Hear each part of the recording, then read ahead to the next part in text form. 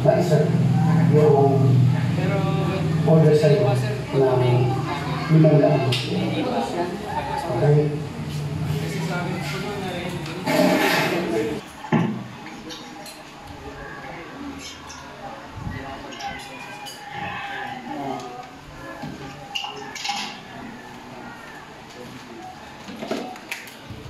Ang technique sa paggamit ng antena, habang binabaon, iniikot. Kasi kapag pinirsa mo, ibinaon ng ganon, wala, napipigat.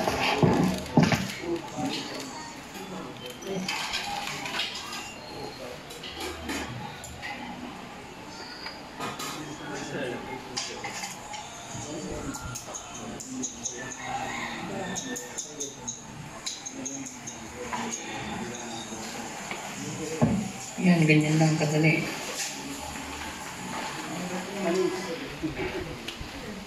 Ito na. Pag-type naman.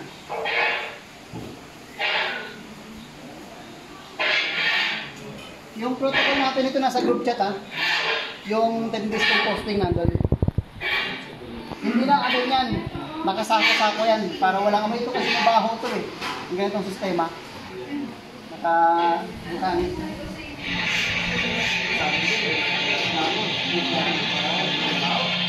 Ito ngayon, ganito na yung natin sistema namin ngayon. May mixer na. Makikita nyo mamaya. Doon. 3 minuto lang. 2 sako.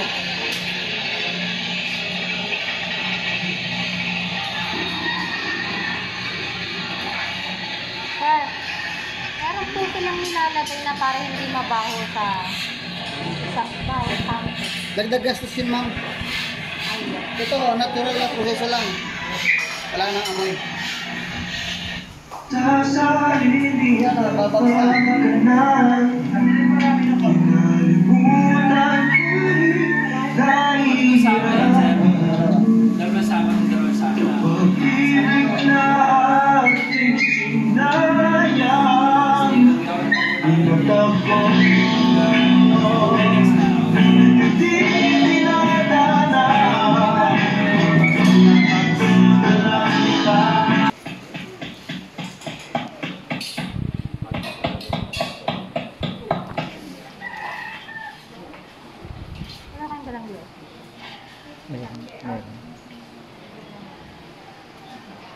Ay, kasama na yun, no? Kasama na po yun.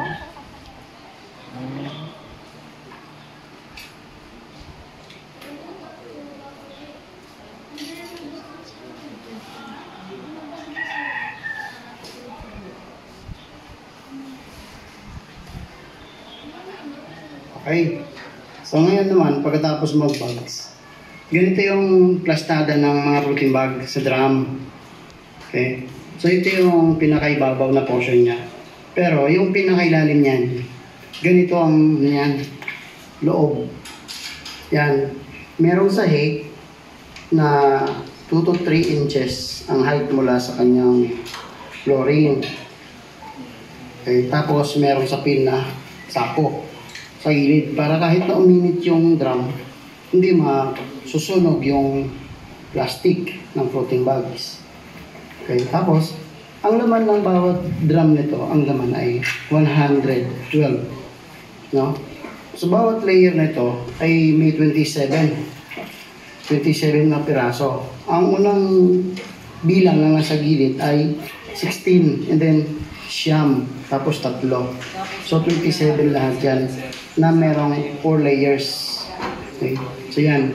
Yung ginagawa namin para maging sulit na yung laman, dinadagdagan pa namin yan ng 8 piraso sa ibabaw. Tulad yan, no? Yan. May 8 piraso, tigo 8 piraso. Pero ang tinatagap namin dito ay ano na, yung blue trocal para na ma-maximize yung yung laman niya.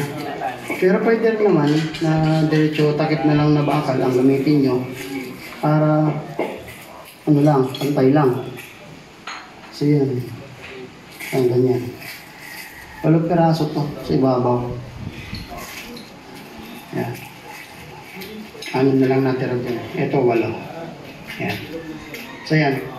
Tapos, dahil pang maramihan naman yung ginagawa namin, ang gamit natin dito mga pangluto o steam naman. Yung pang steam ay boiler. So yan yung boiler natin. Yan. Sa lahat ng drums. O meron tayong labing isang drum dito. Ang laman nito, 1,320. No? Dahil lumalaman ng 120 ang isang drum. Okay. Kung plain lang na ganyan lang, walang patong, 112 lang yan. No? Pero pag pinatungan ng 8 piraso, ibabaw, nagiging 120. So times 11, meron akong 1,320 bags per batch sa isang lutuan. Mga protein bags yan. So yan. Makikita niyo yung connection ng signal kasi yan sa ating tawag natin series parallel. Yan. Ito. Yan.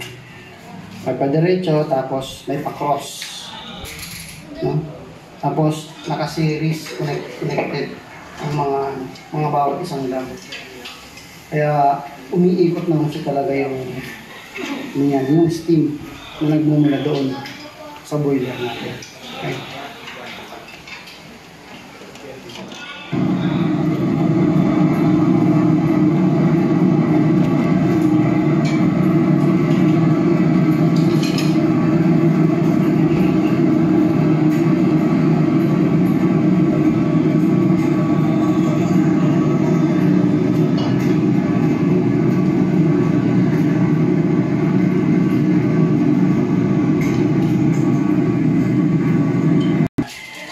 Ito yung bagong luto ng box natin.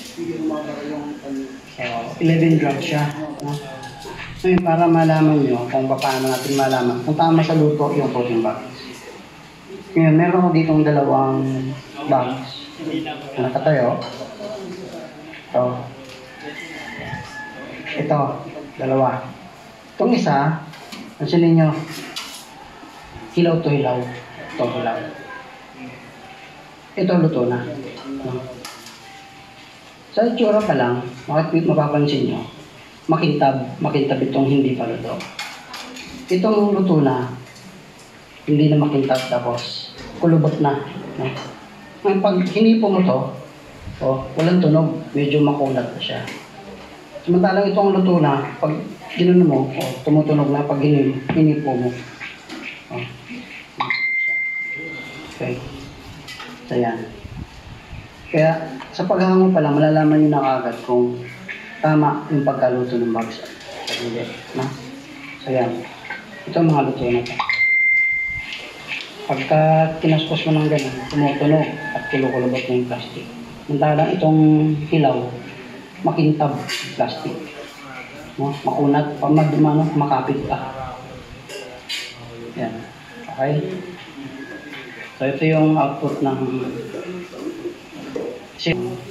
mga drums na ginamit sa pagpapasteurize. Gamit natin ay yung diesel operated na boiler. Yan.